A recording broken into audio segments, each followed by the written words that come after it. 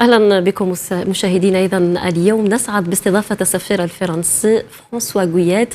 إذا أهلا بك سيد Guyette. Comme je disais aux chers téléspectateurs, aujourd'hui nous avons l'honneur de recevoir l'ambassadeur français, Monsieur François Guyette. Alors merci d'avoir accepté l'invitation et bienvenue. Mais merci beaucoup de m'avoir invité. L'honneur est pour moi. Je vous en prie. Alors, on commencera déjà par les raisons pour lesquelles cet entretien a lieu, donc à savoir un événement important et symbolique pour les deux pays. En effet, il y a 60 années, s'achevait une guerre qui mit fin à 132 ans de présence française ici en Algérie. Déjà, pour commencer, comment évaluez-vous aujourd'hui les relations entre Alger et Paris?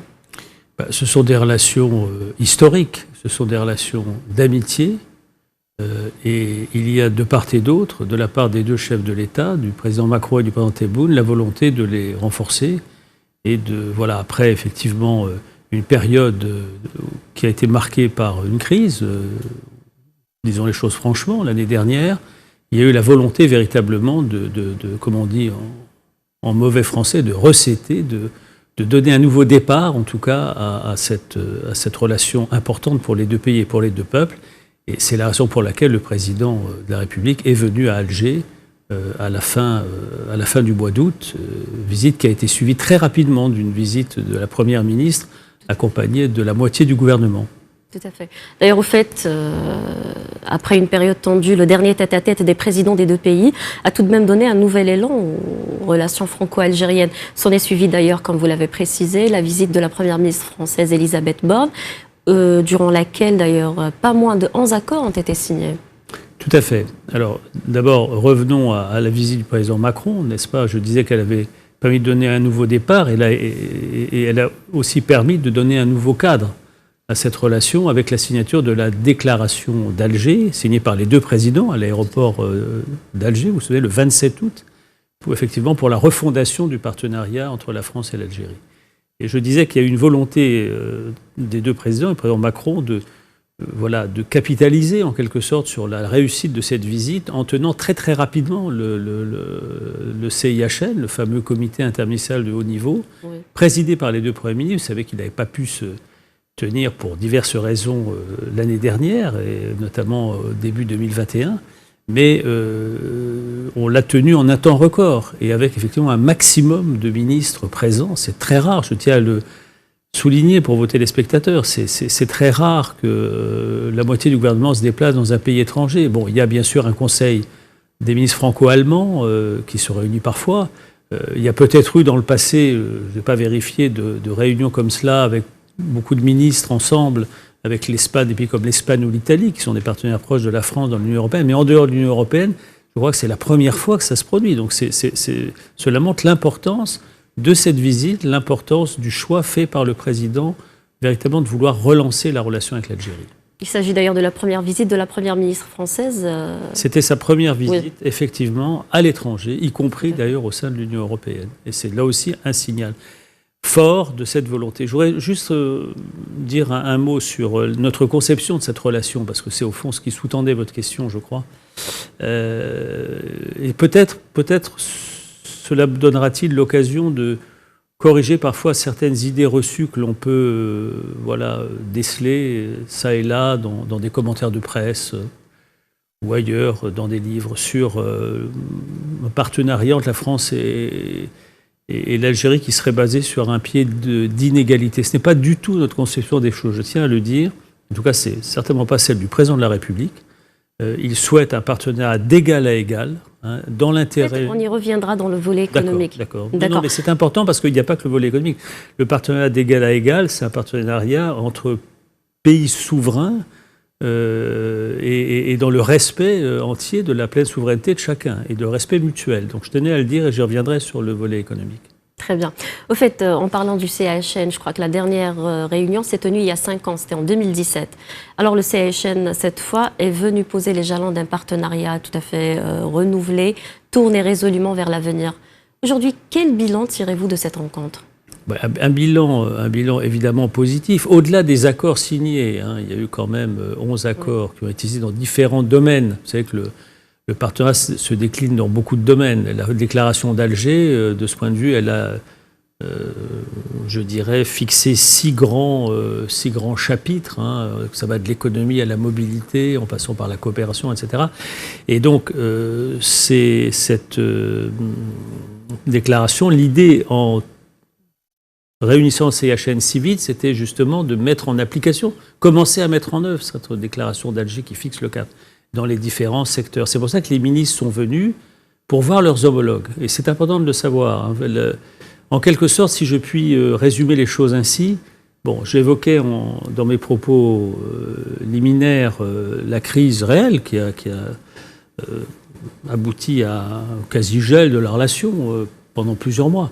Et puis la volonté des deux présidents de tourner la page. Et effectivement, la page, elle a été tournée lors de la visite du président Macron.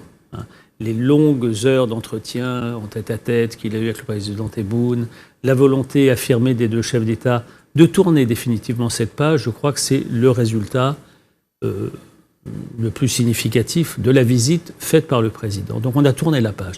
Et puis le CIHN, la venue de la Première ministre avec 15 ministres, elle a permis d'ouvrir une nouvelle page, la première page du renouveau.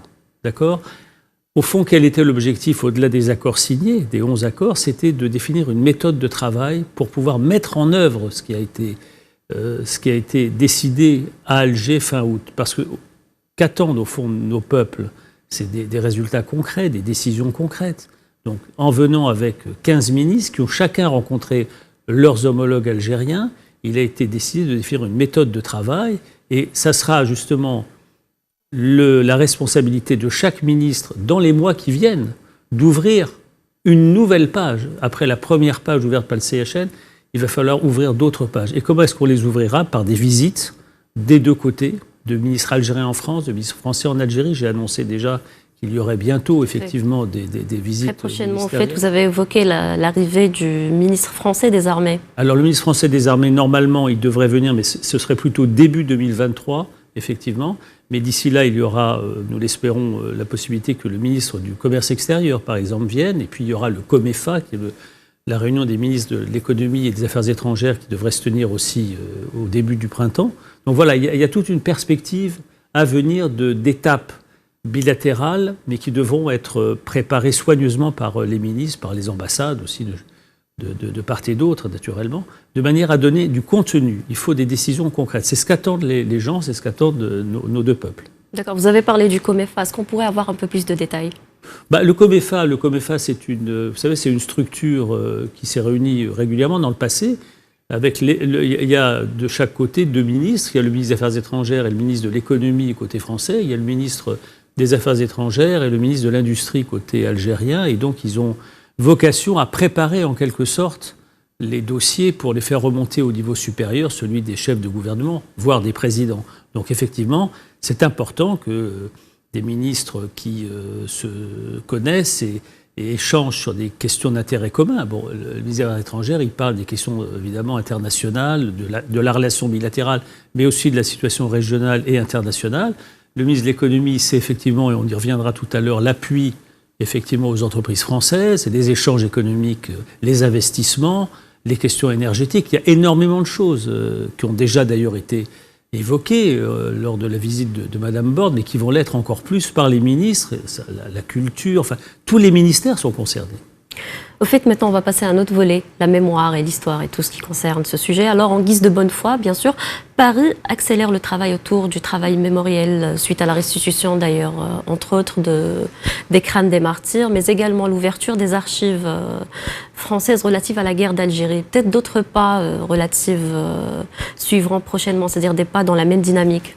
Alors, il y a eu beaucoup de choses qui ont été faites. Vous vous rappelez effectivement la restitution effectivement des crânes de combattants algériens du milieu des années 1849, je crois, en l'occurrence, mais il y a eu aussi beaucoup d'autres choses qui ont suivi. Il y a eu côté français, parce que c'était aussi cela, la méthode choisie par le président, la constitution de cette...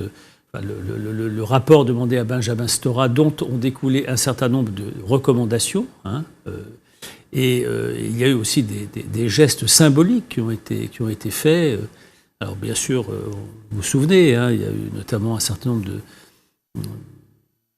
de gestes comme celui qu'il a fait en rendant visite déjà bien avant à la veuve de Maurice Audin, mais aussi à la famille de Boumengel, reconnaissant la responsabilité de l'État dans la mort d'Ali Boumengel. Et puis aussi, moi, j'ai été très frappé par le caractère très fort du geste qu'il a fait en allant s'incliner à la mémoire des Algériens jetés dans la Seine par la police de Papon le 17 octobre 61. C'était sans précédent. Je ne sais pas si on a bien pris la mesure en Algérie, toujours, de l'importance symbolique d'un président qui s'incline à la mémoire des Algériens. Ça ne s'était jamais fait auparavant. Donc, tout ça montre qu'il y a une volonté vraiment du président d'aller de l'avant, de s'impliquer avec, évidemment, toujours en concertation avec son homologue algérien, mais je pense que c'est un processus, c'est un cheminement. Il y a eu d'autres étapes qui sont à venir. Il y a la commission d'historiens, effectivement, c'est important, dont la constitution a été décidée par les deux présidents. Voilà, le président Macron a, je dirais,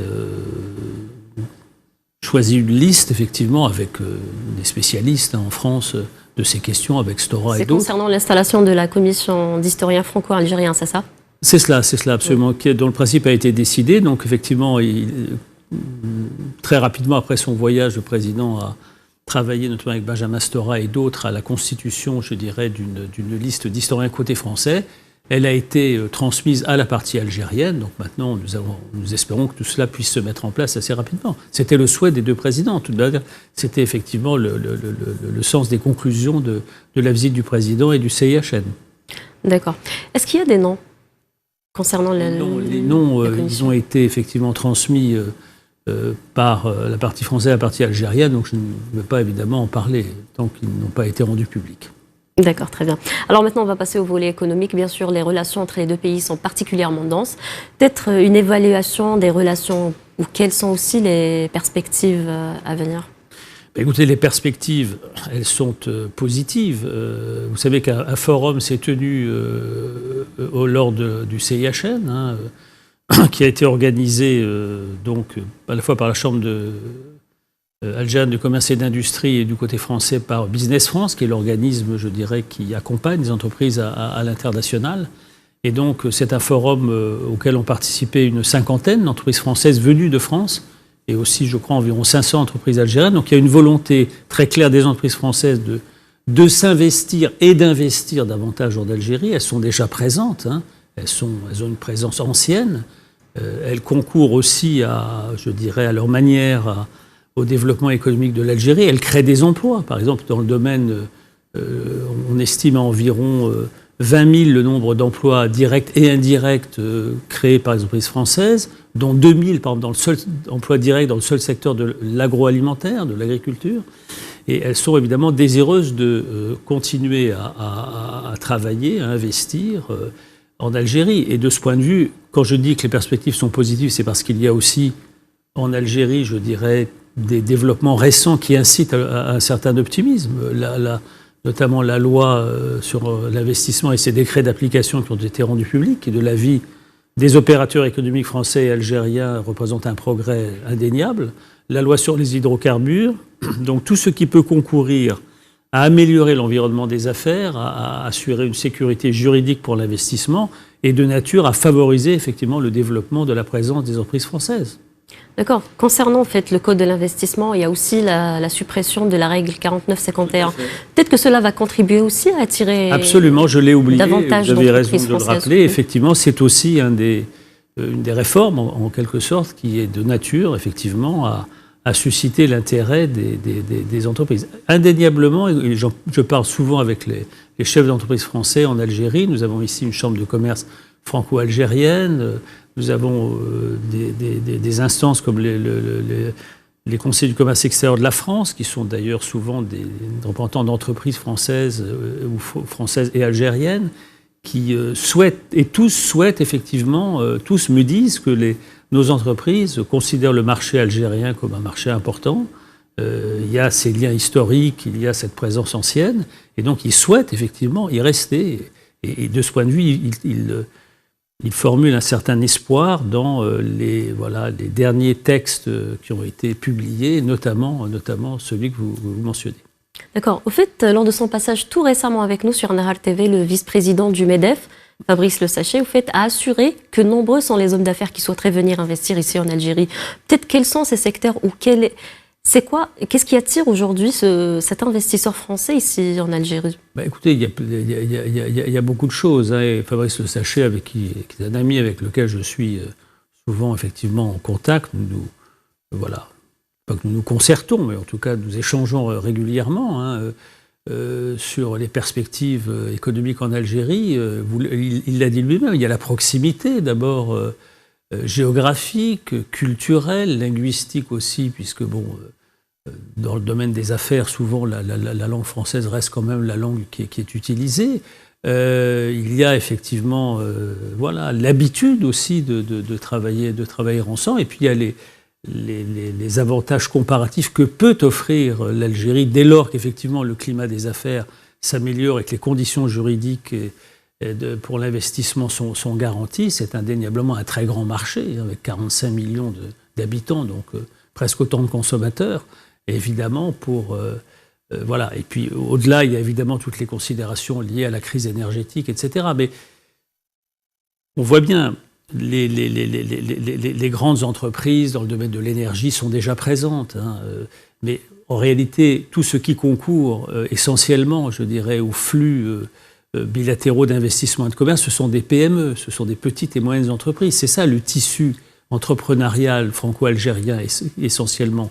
Et on le voit, et ces entreprises-là, elles ont vraiment envie de continuer à travailler en Algérie et elles espèrent effectivement que toutes ces réformes déjà en œuvre ou qui sont annoncées permettront d'aller dans ce sens. D'accord. En fait, autrefois, les entreprises françaises considéraient l'Algérie comme un marché et non comme un partenaire gagnant-gagnant. Qu'en est-il aujourd'hui, au fait? Vous avez raison. C'est d'ailleurs un reproche qui est parfois adressé dans d'autres pays, effectivement, parce qu'il y a eu des périodes où c'était surtout effectivement le commerce courant. Aujourd'hui, la volonté, je dirais, des autorités algériennes, comme d'autres pays d'ailleurs à travers le monde, de favoriser la localisation de la production, le transfert de technologie, le transfert de savoir-faire, la colocalisation, tout ceci est évidemment pris en compte. C'est intégré. Je crois pouvoir dire que, hier j'assistais à une cérémonie, je dirais, qui marquait la création d'une joint venture, enfin d'une entreprise conjointe entre Servier, le laboratoire Servier et deux entreprises algériennes, une dans le domaine de la finance et l'autre dans le domaine industriel.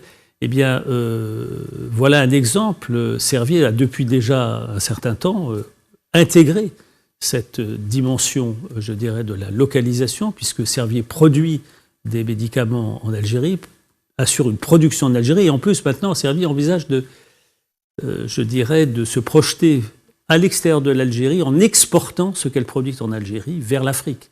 Et ça correspond tout à fait au souhait, je crois, des autorités algériennes, tel qu'il a été exprimé lors des entretiens récents, de pouvoir travailler ensemble pour conquérir des marchés à l'extérieur, et notamment en Afrique, parce que nous avons, une connaissance de l'Afrique. L'Algérie peut être aussi un hub pour l'export, donc on a beaucoup de choses à faire ensemble. D'accord. La nouvelle Algérie, aujourd'hui, compte diversifier ses partenaires économiques. Peut-être comment perçoit la France cette décision? Cela affectera-t-il peut-être les intérêts des entreprises françaises ici en Algérie? D'abord, les entreprises françaises, elles sont appréciées. Si vous interrogez les opérateurs économiques algériens qui travaillent avec elles depuis longtemps, elles vous diront que c'est véritablement souvent un partenariat gagnant-gagnant, comme vous le disiez tout à l'heure, qui a été je dirais, mis en œuvre et que chacun y trouve son intérêt. C'est un partenariat mutuellement profitable. Après, le marché algérien, il est effectivement ouvert à la concurrence, mais le monde est ainsi fait aujourd'hui. Donc les entreprises françaises se doivent d'être les meilleures, les plus compétitives, faire les meilleures offres.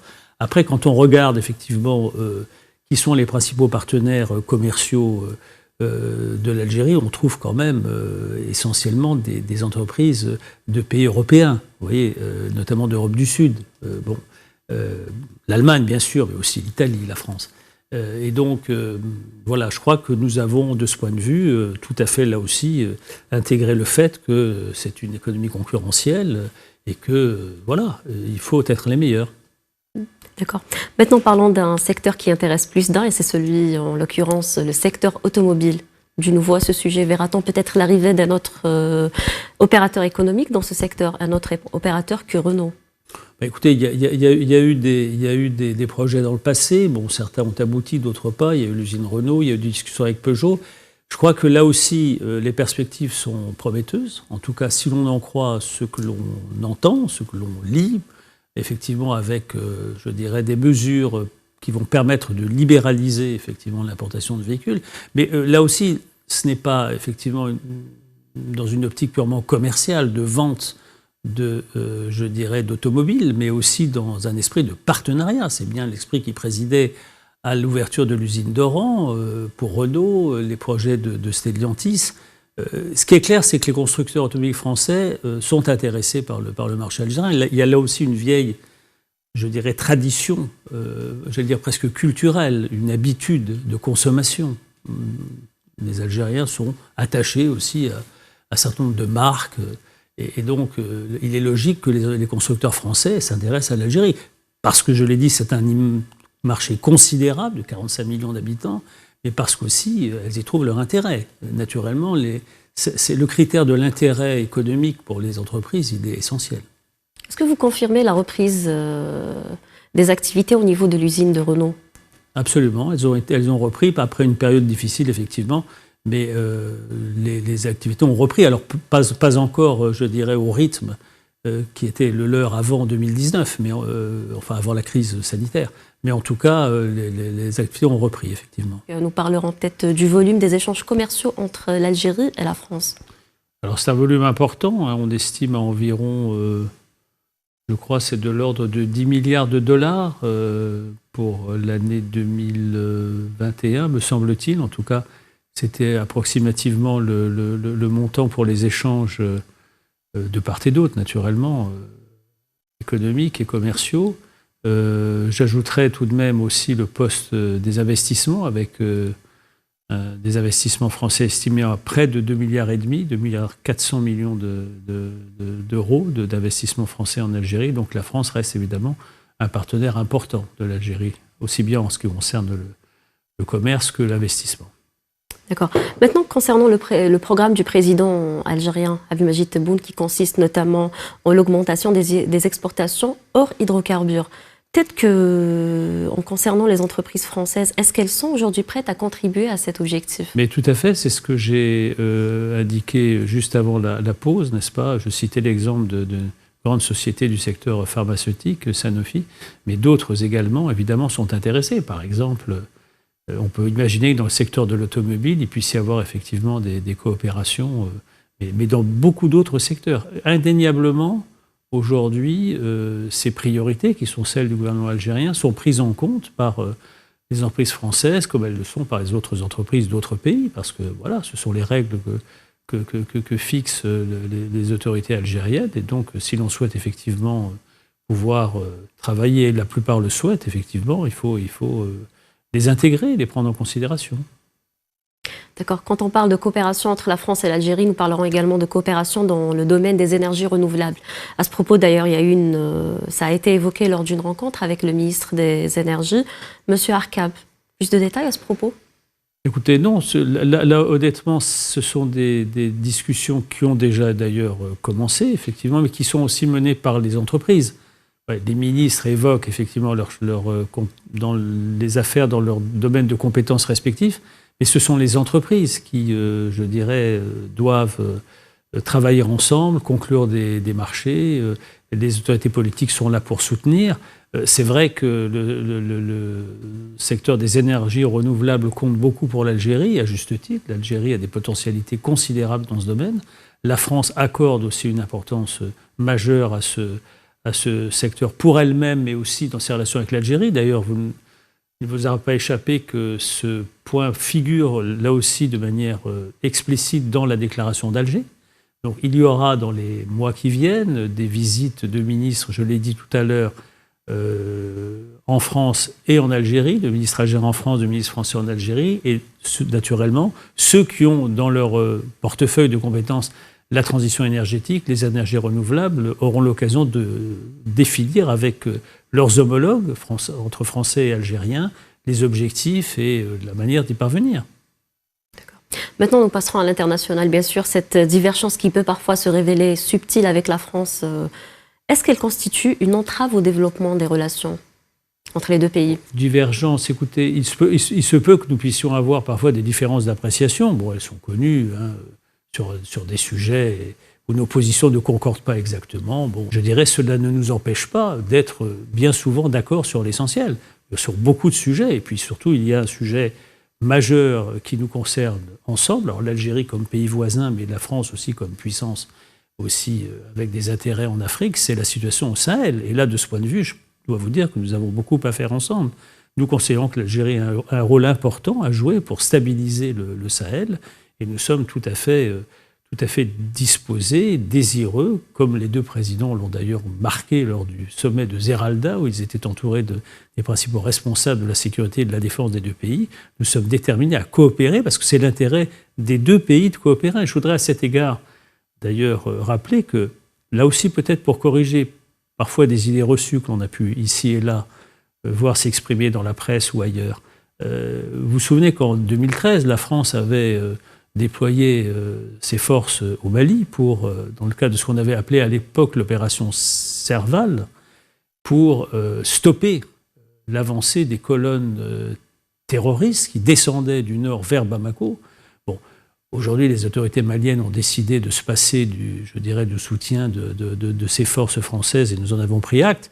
Mais nous considérons pour autant que le danger terroriste reste une réalité dans cette région, et pas seulement au Mali, mais aussi dans des pays voisins comme le Niger, le Burkina Faso. Et naturellement, nous avons intérêt, français et algériens, à coopérer, à travailler ensemble pour faire face à cette menace. À ce propos, son Excellence, nombreux sont les pays qui rejettent aujourd'hui une quelconque présence étrangère sur leur sol, pays africains. Ça, effectivement, nous pouvons tout à fait admettre le principe, effectivement, je dirais, du refus de toute ingérence étrangère. Mais lorsque c'était le cas de la France en 2013, les forces françaises sont appelées par un gouvernement légitime, ce qui était le cas en 2013 à Bamako, on ne peut pas effectivement contester une décision prise par le gouvernement malien à l'époque de faire appel à les forces françaises pour pouvoir justement combattre un danger terroriste qui était imminent. Encore une fois, imaginons ce qui serait passé si ces groupes terroristes avaient pris le pouvoir au Mali. Enfin, ça aurait été une situation extrêmement inquiétante pour tout le monde, et notamment pour l'Algérie, qui elle, a une frontière commune avec le Mali. Donc je pense que nous avons vraiment plus que jamais intérêt à nous concerter, à travailler, à œuvrer ensemble. Et je crois que c'est la volonté des deux pays, d'ailleurs, et c'est clairement ce qui est ressorti de la visite du président Macron en Algérie. D'accord, nous y reviendrons dans un petit moment. مشاهدينا فاصل ونعود لاستكمال بقية هذا النقاش.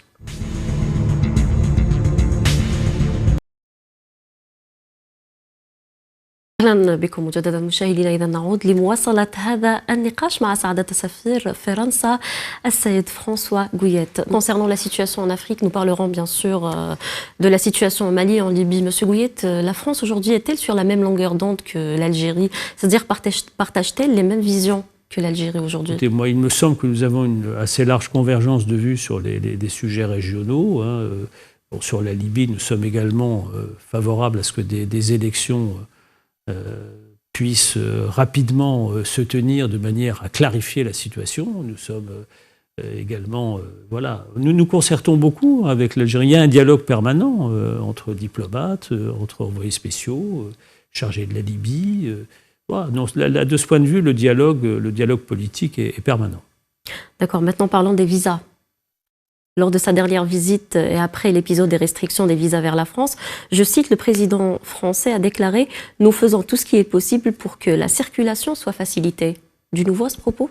Alors, bon, vous savez qu'effectivement, il y a eu une situation qui nous a conduit à réduire le volume de la délivrance des visas. Bon, maintenant, nous envisageons effectivement, et ça a été annoncé, de reconsidérer cette décision, en tout cas faire en sorte que les publics, je dirais, qui concourent à la vitalité de la relation entre la France et l'Algérie, je pense aux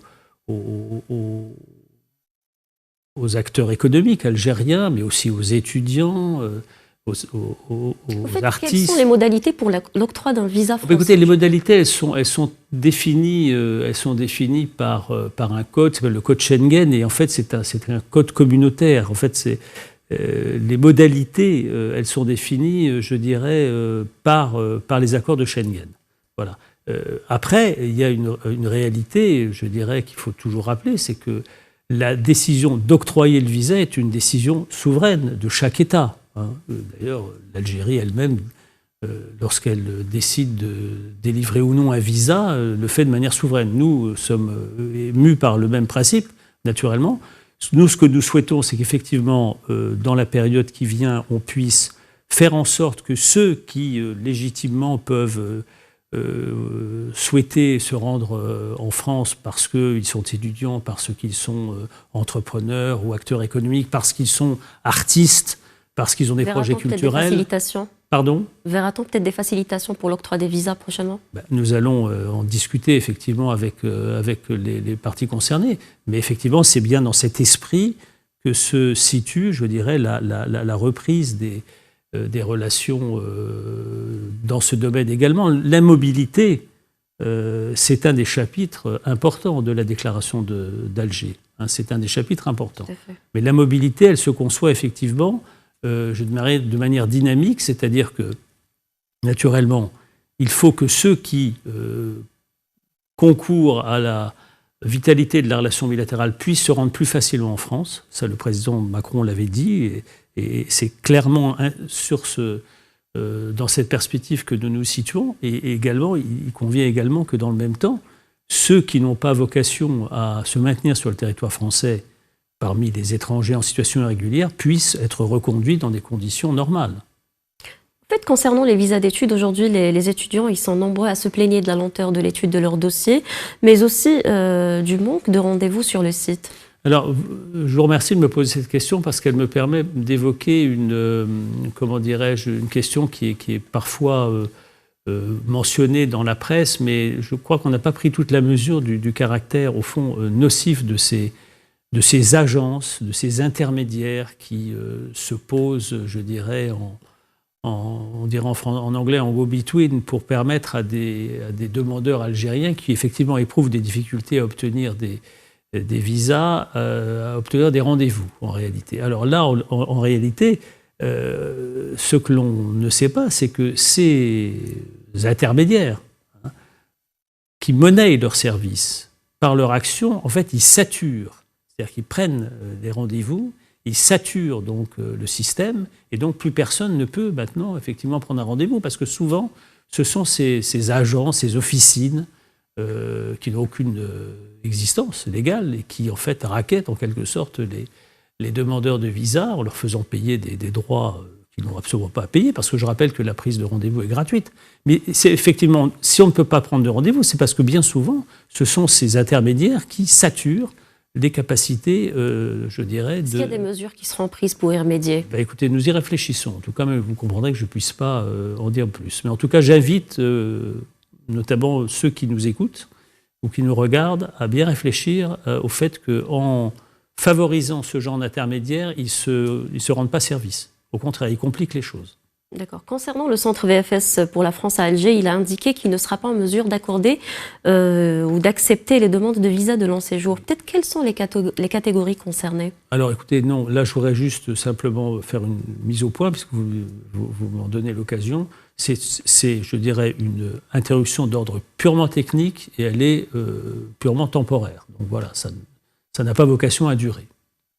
D'accord. Concernant les gens qui se font soigner ou qui vont se faire soigner en France, est-ce qu'il existe des visas express pour cette catégorie ? Il y a deux catégories. Bon, il peut y avoir des cas humanitaires avec une nécessité absolue de soins qui ne peuvent pas être prodigués en Algérie. Encore qu'en Algérie, il y a un système de santé qui fonctionne quand même assez convenablement. Mais il peut y avoir pour des opérations très urgentes des cas exceptionnels où on puisse effectivement délivrer sous réserve que des garanties financières solides soient présentées, un visa d'urgence. Mais ça, c'est, je dirais, plutôt l'exception. La règle, elle est définie par les accords bilatéraux franco-algériens. Il prévoit qu'un visa médical pour soins, je dirais, est délivré dès lors qu'il y a un accord de la CNAS, la Caisse nationale d'assurance sociale algérienne, qui prend en charge les soins et les frais afférents.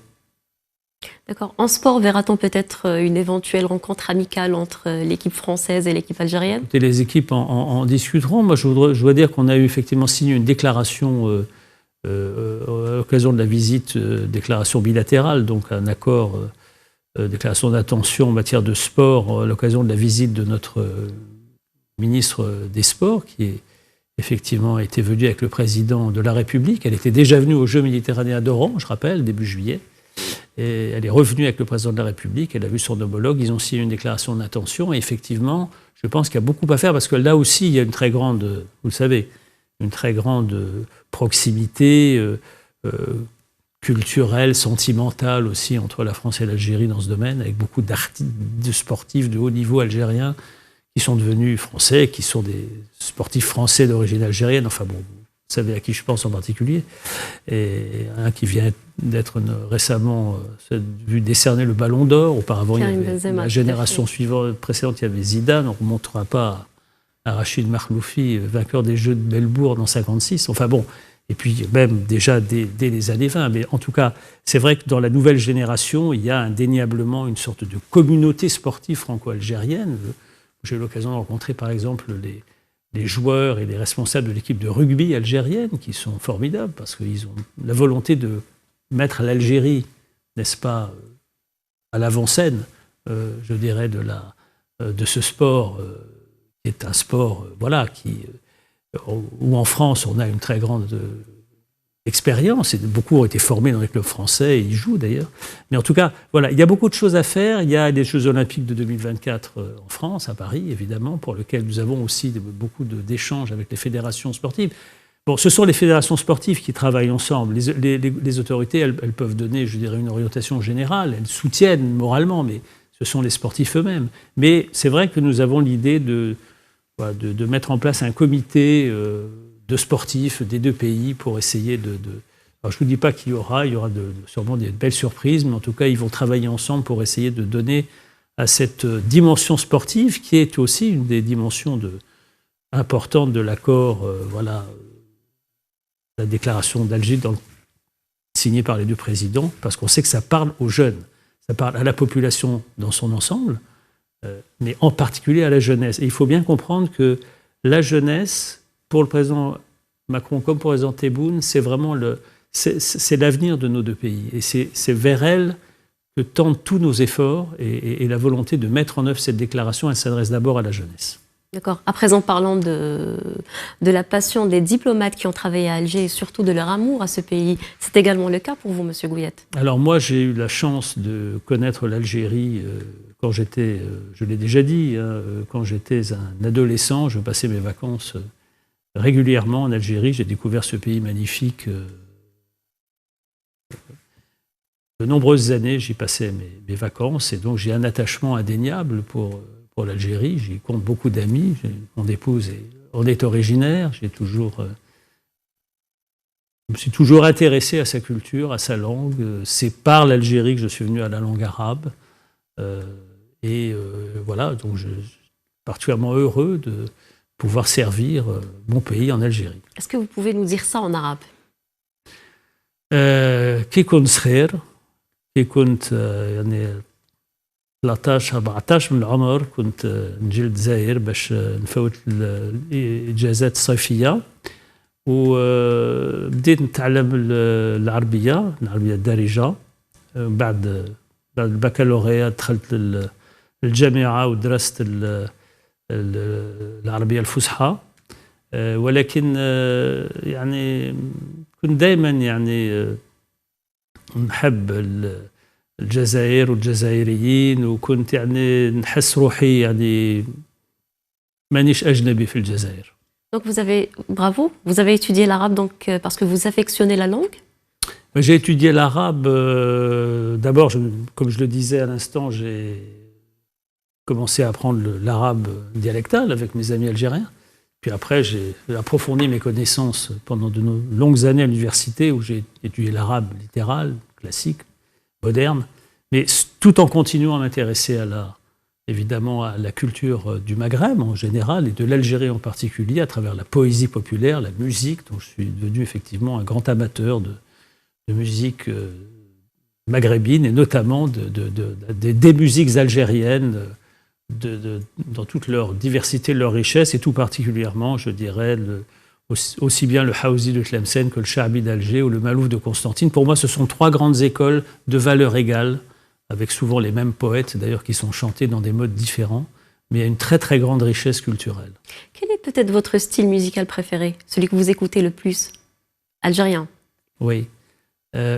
Je dirais moins l'andalou que le Haouzi ou le Chaabi et le Balouf, mais plutôt dans effectivement les grands poètes populaires, surtout de l'Ouest, je dois dire algérien, mais qui sont aussi chantés à l'Est parce que c'est une des spécificités je dirais, de la culture algérienne, c'est que les grands poètes, par exemple, y compris des poètes marocains, mais des poètes de l'Ouest algérien comme Mostafa Ben Brahim, Ben Sahla, Ben Msaïb, sont chantés aussi à Constantine, dans le Malouf, sont chantés dans le Chaabi, et donc les mêmes textes poétiques magnifiques du XVIIIe, XIXe siècle, on les trouve chantés dans différents, je dirais, modes musicaux, et moi j'ai vraiment la chance de m'y intéresser, de les étudier, de travailler sur les poèmes en arabe, et je dois dire que c'est ce qui fait toute la richesse de la culture algérienne.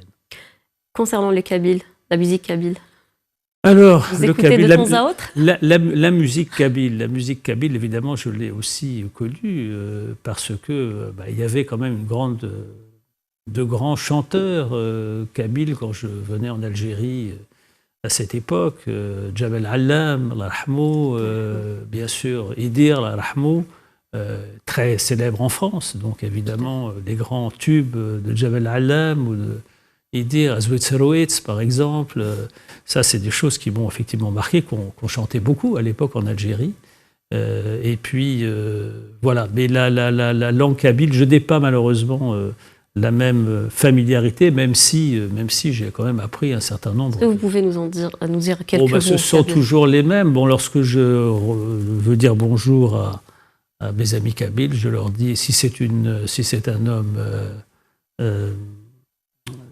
Azoul Fellak, si c'est une femme Azoul Fellam, s'ils sont plusieurs Azoul Fellawin, si je leur tends la main et je leur dis Awida Foussé Kamesin Samurt, et puis si j'ai soif, je demande, je ne sais pas, Awidaman, et si j'ai faim, je peux dire Awidarom. Voilà. Ah bah bravo.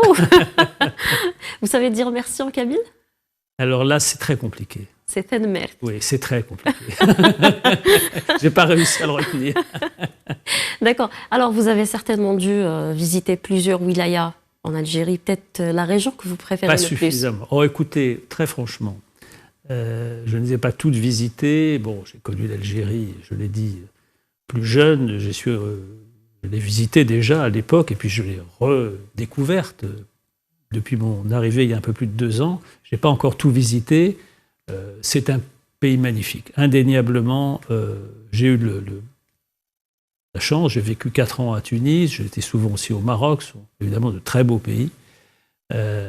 Mais l'Algérie n'a rien à envier, je dirais, en termes de beauté des paysages, de diversité du relief.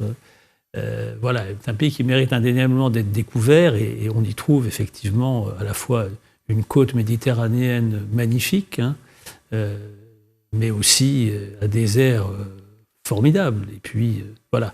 Donc, je dirais que je ne voudrais pas citer de région particulière de peur d'offenser les autres. Mais en tout cas, toute l'Algérie est magnifique. Peut-être un plat préféré? Arfes. Vous avez aimé? J'en ai mangé hier soir. Ah bah peut-être. C'était vraiment très bon. Moi, on m'a dit que vous préfériez le couscous. Ah bah écoutez, oui, le couscous est devenu aussi un plat national en France aujourd'hui, mais c'est vrai que le couscous, c'est toujours quelque chose que l'on commande lorsqu'il est disponible dans les bons restaurants d'Alger ou d'ailleurs. Et effectivement, il est d'une très grande diversité aussi, hein, entre le couscous que l'on peut... le sefa, par exemple, de Tlemcen, et puis les couscous, je dirais, d'Alger, davantage à la sauce. Ou à la viande, et puis ceux de la région d'Adaba où l'on sent l'influence tunisienne avec le couscous au poisson parfois, ils sont d'une très grande variété, mais c'est vrai que j'aime bien le couscous, je reconnais. D'accord. Un dernier mot peut-être pour clôturer. Non, écoutez, simplement dire que j'ai été vraiment tout à fait heureux d'être invité par Nahar TV. J'avais eu l'occasion effectivement de passer sur vos antennes l'an passé, mais c'était pour une émission, je dirais, plus de divertissement, mais qui était sympathique. Là, ça m'a donné l'occasion effectivement surtout après ces 2 séquences importantes pour la relation franco-algérienne et sa relance, d'exprimer en tout cas notre volonté, la mienne, puisque j'ai été nommé ici par le président de la République pour représenter la France et pour accompagner ce développement de notre relation, en tout cas notre détermination à faire en sorte que la relation qui est importante entre nos 2 pays puisse être la meilleure possible, et surtout que après ces 2 séquences importantes, on puisse entrer dans le concret. Parce que ce qui est attendu, ce sont des résultats concrets de part et d'autre. Donc, une nouvelle page est ouverte entre Alger et Paris. Une nouvelle page est ouverte, je l'ai expliqué. Une nouvelle page a été ouverte par la visite de la Première ministre. Nous avons tourné la page avec la visite du président, ouvert une nouvelle page avec la visite du Premier ministre, et nous allons maintenant ouvrir d'autres pages, beaucoup d'autres pages. C'est la responsabilité qui incombe aux membres du gouvernement français ou au gouvernement algérien dans les mois qui viennent. Et nous avons, je l'ai dit, plusieurs étapes qui sont déjà en perspective, et nous allons travailler d'arrache-pied pour y parvenir. Alors, monsieur l'ambassadeur, une fois de plus, merci d'avoir accepté notre invitation, et surtout merci d'avoir répondu à toutes nos questions. Merci Samira, merci beaucoup. Je vous en prie. إذن مشاهدينا بهذا نصل لختام هذا اللقاء الخاص واللقاء الشيق مع السفير الفرنسي فرانسوا غويات. إذن شكرا على كرم الإصغاء والمتابعة، في رعاية الله.